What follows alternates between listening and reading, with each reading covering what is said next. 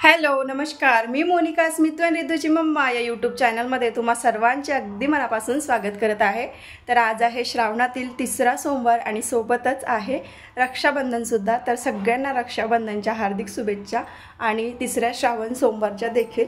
तर बघा, साधी सिंपल अशी छान फ्लावर प्रिंटेडवाली साडी घातलेली आहे आणि आता सगळे कामं जे आहेत ते तर माझे आटोपले। स्वयंपाक केला, पाहुणे येत आहे रक्षाबंधनसाठी आणि स्वयंपाक तर त्यांचा संध्याकाळचाच राहील, पण मुलं वगैरे सोबत म्हणून सगळं केलं। बेडशीट नवीन 2 दिवसापासून टाकली, पाहुण्यांच्या आठवणीत येईल आज येईन उद्या येईन म्हणून, मग आजच दिवस त्यांचा उजळला। तरी बघा सगळं घर क्लीन आहे आणि माझा स्मितू फ्लावर तोडून आणत आहे पूजेसाठी। आहे ना मितू?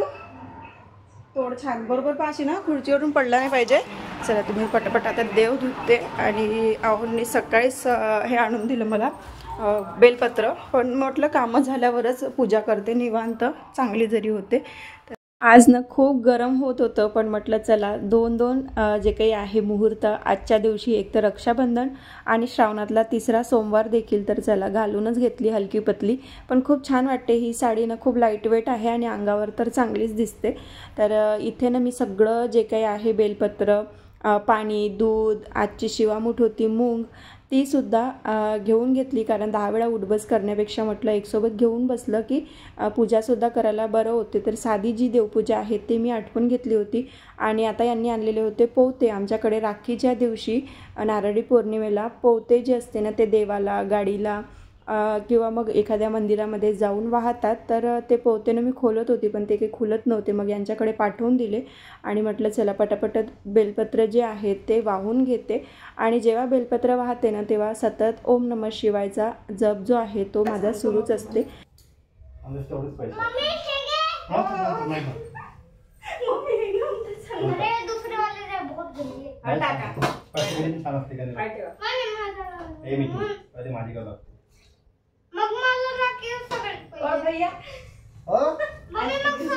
माझी लाडकी बहीण आज के दिन सही है नहीं भैया, आज बायकोला बनवलं बहीण, लाडकी बहीण, लाडकी बायको।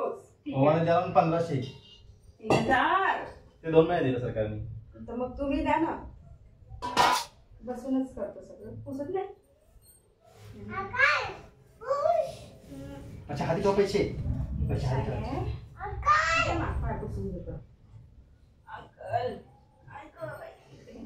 वाक नाव तुम्ही त्याच्या पहिली बहीण अशी असते बहीण झाली मी मात्र पहिले आपल्याला थांब ना।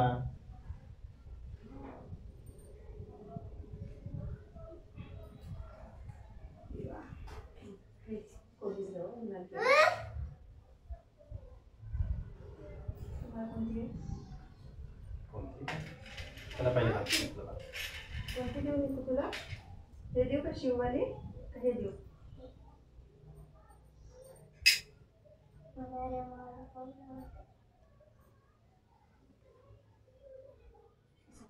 अक्षता खाते का? अरे असा कर ना, वेड्या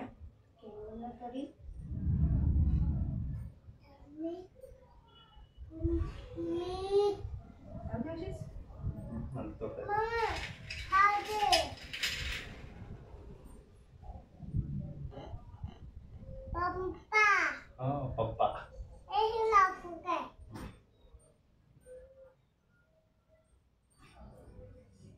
मी तो माडीवर बस, तू मोबाईल जवळ कॅमेरा जवळ।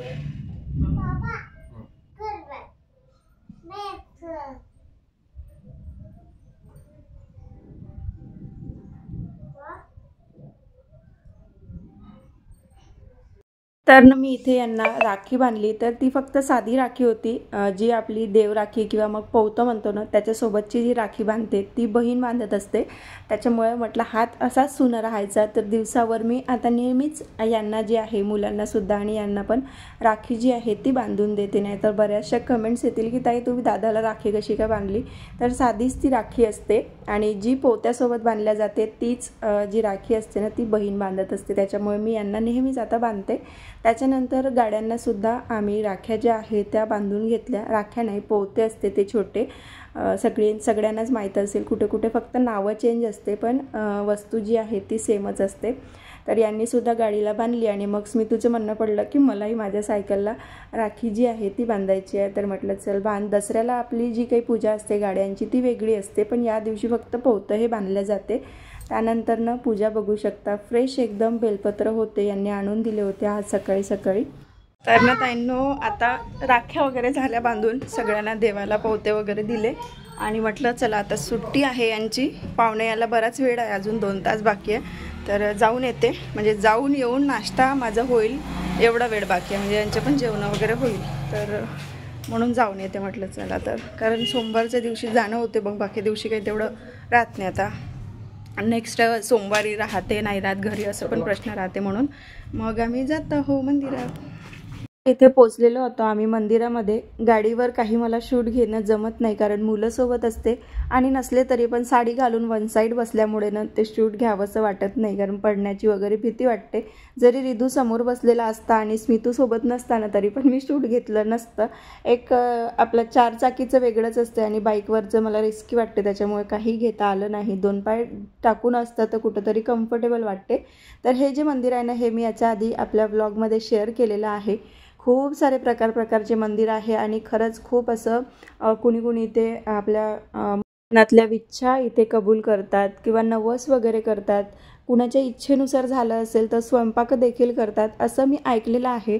आता मी स्वतः या गोष्टी अनुभवलेल्या नाही आहे, पण खरंच खूप छान आहे आणि असतात लोक बरेचसे असतात, तर असेलच काहीतरी या ठिकाणचं सत्व. खूप सारे प्रकारचे आहे. मारुतीचं मंदिर इथे बघायला मिळते, साईबाबाचं सुद्धा मंदिर इथे आहे. एखादी वेळा कधीतरी असं वाटलं घरी बोर वगैरे होतं आणि चला ऑफ सीझन आहे तेव्हा आलं, तर कधीतरी मी पूर्ण एरिया जो आहे तो व्लॉगमध्ये घेऊन येईलच.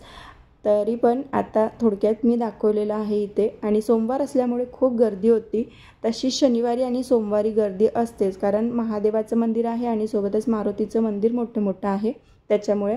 बाकी कॅम्पस खूप मोठा आहे आणि छोट्या प्रत्येक झाडाखाली खूप सारे मंदिर आहे. आपलं स्वामी समर्थांचं नाही आहे, पण दत्तगुरूचं मंदिर आहे, एवढंच. फक्त स्वामींचं नाही आहे, ते पण शोधावं लागेल, असेल तर माहिती नाही मला, पण दिसलं नाही अजूनपर्यंत. पण दत्तगुरूचं इथे मंदिर आहे. उंबराचं झाड आहे, जे आपण औदुंबराचं झाड म्हणतो ना, ते सुद्धा आहे इथे आणि छान आहे सगळा परिसर. तर इथे मी पूजा वगैरे घेऊन उभी होती आणि यांना म्हटलं थोडं लोट्यामध्ये पाणी घेऊन या. जो तांबा आहे तो मी घरूनच घेऊन आलेली होती आणि मागे आली तेव्हा एक वस्तू विसरली होती, आता आली तेव्हा दिवा विसरली. पण म्हटलं चला 5 बेलपत्र तरी मंदिरात जाऊन आपले वाहून झाले. श्रावणातल्या सोमवारच्या दिवशी, श्रावणातल्या कुठल्याही दिवशी चालते तसं तर, पण सोमवारी दिवशी गेलं तर थोडंसं वेगळंच रश वाटते, त्याच्यामुळे झालं एवढंच. खूप एक आपली अंगवण असते, नाहीतर मग कधी तर तेही जाणं होत नाही. तर आली आणि बघू शकता तुम्ही गर्दी किती आहे इथे. बसायला नंबर लावावं लागते. जशी माझ्या मागे काकू उभी आहे ना, तशीच मी पण 5-10 मिनटं उभी होती. त्याच्यानंतर रिकामी जागा मिळाल्यावर मी माझी पूजा जी आहे ती संपन्न केली. आणि आपली जी पूजा असते ती शॉर्टकट असते. जे माझ्या बाजूच्या तिकडे ग्रीन साडीवाला बसलेला आहे ना, त्यांची खूप लॉंग पूजा होती आणि तसं तरी मला आवडत नाही, खरंच सांगते. पर्सनली कुठेही मंदिरात जात असेल ना तुम्हाला घरी काय करायचं आहे ते तुम्ही घरी करा. श्रद्धेचा विषय ठीक आहे, पण बाकीचे जे वेटिंगवर असते ना त्यांना खरंच खूप त्रास होतो या गोष्टीचा. काय आहे ते घरी करायचं, बाकी ज्यांची त्यांची इच्छा. पण असो, एक पूजा झाली आणि रिधू बघू शकता कसा येऊन बसलेला आहे मांडी घालून मस्त. इथे पूजा झाली. बाकी ठिकाणी सगळं आम्ही पटापटा दर्शन घेतलं, कारण फोन येत होता की आम्ही जवळपास पोचलेलो आहोत आणि त्यांना घ्यायलासुद्धा जायचं होतं यांना, म्हणून म्हटलं चला घरी गेल्यावर साबुदाणा बनवायचा आहे मला. आलो आम्ही घरी. हे आहे प्रसाद, तिथून सगळं कट वगैरे करून दिलं. ज्या काकू विकतात ना त्यांनीच, त्यांच्याकडे असते ते चाकू वगैरे, त्याने सगळं व्यवस्थित कट करून दिलं. आता पाहुणे आहे आपल्या जवळच, बिलकुल मूलपर्यंत पोचलेले, तर येईलच 1-1.5 तासामध्ये. तर तोपर्यंत खाणं पिणं आमचं निपटून घेते, मग पाहुणे आले की त्यांचंच. तर पाहुणे म्हणजे कोण तर ते कंटिन्यू करा व्हिडिओ, म्हणजे तुम्हाला दिसेलच कोण आहे. घरचेच आहे पण कोण आहे ते तर तुम्हाला व्हिडिओमध्येच दिसेल आणि पहिल्यांदाच दिसेल व्हिडिओमध्ये, त्याच्यामुळे व्हिडिओ कंटिन्यू करा. आता चेहऱ्याला पाणी मारते, चेंज तर करूनच घेते आणि खाते, थोडंसं फराळाचं बनवते. तर इथे ना मी जे घरी उन्हाळी वाढवण होतं, साबुदाण्याचे पापड, चिप्स नाही तळले फक्त, तर साबुदाण्याचे जे काही पापड आहे 2 प्रकारचे ते घेतले इथे तळायला. म्हटलं मुलंही खातील आणि थोडंसं जास्त क्वांटिटीमध्ये बनेल पण, कारण साबुदाणा मी माझ्याच पुरता भिजू घातला होता आणि यांचं येणं जे आहे ते लवकर झालं. मला वाटलं 4-5 तरी वाजेल. बसचा प्रवास असा असते की भेटलं तर पटापट मिळतात, नाहीतर मग पूर्ण दिवस जातो. म्हणून म्हटलं चला थोडेसे पापड तळले की साबुदाण्याला सोबती होईल आणि येणारे जे काही आहे त्यांनासुद्धा थोडंसं नाश्त्यात द्यायला बरं होईल, कारण त्यांचा पण उपवास आहे. तर कोण येणार आहे, तर माझ्या जाऊबाई येत आहे आणि स्मितू आणि रिदूची बहीण भाऊ. तर बहीण याच्यासाठी येत आहे की त्यांना राखी बांधायसाठी. आधी नव्हती ओढत ती, आता स्मितू 5 ते 6 वर्षाचा झाला. कधीच बघितलं नाही मी की मला राखी बांधायची आहे किंवा ओढायचं आहे, किंवा कोणीच म्हटलं नाही असं की करू आपण असं वगैरे. पण आता त्यांनी स्वतःहून फोन केला होता मागच्या वर्षी की 2ही मुलंच आहे, तर काकू तुम्ही इकडे आला असेल, माझं माहेर तिकडेच जवळ आहे, इकडे आला असेल तर तुम्ही इकडे येऊन जा, मी राखी बांधते यांना दोघांना. तर म्हटलं चला ठीक आहे. आणि यावर्षी मग त्यांनाच मी इकडे बोलवून घेतलं. 7 वर्षात पहिल्यांदा जाऊबाई 2 लेकरांना घेऊन एवढा लांब येत आहे. नागपूरला आल्या होत्या एक वेळा, पाळणा होता तेव्हा, आणि त्याच्यानंतर गडचिरोलीमध्ये पहिल्यांदा येत आहे. तर थोडंसं भीती वाटत होती मनामध्ये, येतील की नाही येतील, कारण लांबचं आणि आउटसाईड म्हटल्यावर थोडी भीती वाटते की बसनी येणार जाणार. आमचं सतत जाणं असते तिकडे, पण त्यांचं इकडे येणं कमी होते, कारण आम्हीच तिकडे चालले जातो त्याच्यामुळे. तर थोडं वाटत होतं मनामध्ये की येईल की नाही येईल, कारण भाऊजी जे आहे ते घरीच थांबलेले होते. त्यांचं कपड्यांचं वगैरे दुकान आहे, शिलाई मशीन आहे, त्याच्यामुळे घरी थांबावं लागते. सीझन म्हटलं आणि राखीचा दिवस म्हटलं की मुली वगैरे सगळ्या येतात, तर दुकानावर असणंसुद्धा गरजेचं असते, त्याच्यामुळे ते थांबलेले होते. आणि ताई आणि 2 मुलं येत आहे बसमध्ये. तर इथे माझे पापड जे आहे ते तळून झाले आणि आता गाऊन याच्यासाठी लावला की खूप गरमी होत आहे, नाही तर ड्रेस लावणार होती मी, पण म्हटलं चला साडीवर पेटीकोट आपला असते, मग गाऊन लावलेलाच बरा राहील 10 कपडे भरवण्यापेक्षा, कारण कपड्यांचा ढीग जो आहे ना तो खूप निघतो. आणि आता इथे मी त्याच कढईमध्ये साबुदाणा फोडणी देत आहे, साधा सिंपल. जिरं आमच्यामध्ये खातात उपासाला, त्याच्यामुळे जिरं टाकलं आहे. आलू आणि मिरचीसुद्धा टाकून दिले छान, आणि टमाटरसुद्धा मी टाकत असते साबुदाण्यामध्ये, कुठे कुठे नाही टाकत, पण मला मस्त आवडते, छान वाटते. एक जो साबुदाण्याला टेक्स्चर येते ना, नरम ओलसरपणा, कोरडा कोरडा असं खायला वेगळा वाटते, पण टमाटरमुळे तो खूप छान असा टेस्टी होते आणि आंबटसर वेगळाच वाटते. किंवा मग दही असेल तर मी दहीसुद्धा याच्यामध्ये टाकते.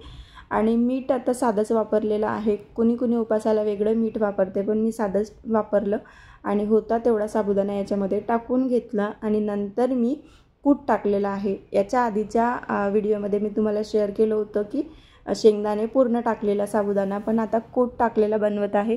कूट टाकण्याचा फायदा एवढाच असते की तो खूप वेळपर्यंत नरम असते, म्हणजे तो शिळा जरी झाला, आता सकाळचा संध्याकाळी जरी खायचा असला ना तरी पण खाऊ शकतो. आणि जो सगळ्या दाण्यांचा असतो शेंगदाण्यांचा, तर तो लवकरच वातड येते, त्याला गरम गरमच खावं लागते, त्याच्यामुळे झालेलं आहे. आता तुम्हाला दुपारच्या पूजेनंतर मी डायरेक्ट आत्ता मिळत आहे, कारण आमच्या घरी आले आहे पाहुणे. हे तर घरचेच आहे, हे बघा. हाय कर रे गोलू. हाय. हाय हे स्मितूचा आणि रिदूचा भाऊ, हो ना. आता बहीण दाखवते, काय करा. या आहेत माझ्या जाऊबाई आणि ही आहे वेदू. राखी बांधायला आली आहे स्मितू आणि रिदूला. चला, तर आता आम्ही जात आहोत शॉपिंग. पण कपडे शिवतात आणि त्यांचे कपडे खूप सारे पेंडिंग, आणि घरी आमच्या बसतो कान्होबा, म्हणजे आता जन्माष्टमी आहे ना, ते तर कृष्ण जन्म असतो आमच्या घरी, त्याच्यामुळे यांची गडबड चाललेली होती की मला उद्याच जायचं आहे. आणि आम्ही तर काही जाऊ देणार नव्हतो उद्याच यांना, पण चालू होतं त्यांचं, आणि दादाला सुट्टी होती. म्हटलं उद्या ड्युटीमध्ये वगैरे कुठे फसले तर आणखी एक दिवस डिले होईल, म्हणून आजच आलो आणि आजच या मुलांसाठी कपडे घ्यायला. आणि ताईसाठी जी साडी आहे ती मी उद्या जाऊन, म्हणजे उद्याच्या दिवशी जाऊन स्वतःच आणली, वेदूला घेऊन गेली आणि आणली, कारण मला डबल सीट तेवढं जमत नाही. आणि इथून जायच्या वेळेस बघितलं आम्ही शॉप, पण 10 वाजलेले होते, त्याच्यामुळे ते बंद होते. तर इथे मुलांसाठी कपडे घेतले. कोणते घेतले, काय घेतले ते मी इथे शेअर केलेलं नाही आहे, कारण बराच वेळ झाला होता. आणि आपल्या घरी जर कोणी आलं तर मग बोलण्या बसण्यामध्ये थोडंसं त्यांनाही वेळ द्यावा लागतो, नाहीतर मग ते चांगलं नाही वाटत की आपण आपल्याच कामात राहायचं, आपलंच दाखवत फिरायचं. म्हणून मग थोडंसं मी ब्लॉगला पण थोडासा ड्रॉप दिला होता. तो मला बोलली होती तशाप्रमाणे झालं नाही, तर आता कुठं जर जाणं झालं तर ड्रॉप होणार, म्हणजेच थोडंसं स्किप होईल ब्लॉग आणि त्यानंतर आपलं जे काही आहे ते कंटिन्यू होईल. तर तिकडनं आल्यावर आम्ही मस्त असं जेवण करायला बसलो आणि छान खूप दिवसानंतर गप्पा गोष्टी रंगलेल्या होत्या. तर कसा वाटला आजचा ब्लॉग कमेंट करून नक्की सांगा. व्हिडिओ जर आवडला असेल तर व्हिडिओला लाईक करा, शेअर करा आणि हो, उद्याचं रक्षाबंधन बघायला विसरू नका. आज तर आमचं होतं पण उद्या ह्या बहीण भावांचं राहणार. तर चला भेटू उद्याच्या छानशा अशा नवीन ब्लॉगसोबत. तोपर्यंत सगळ्यांना बाय बाय. श्री स्वामी समर्थ.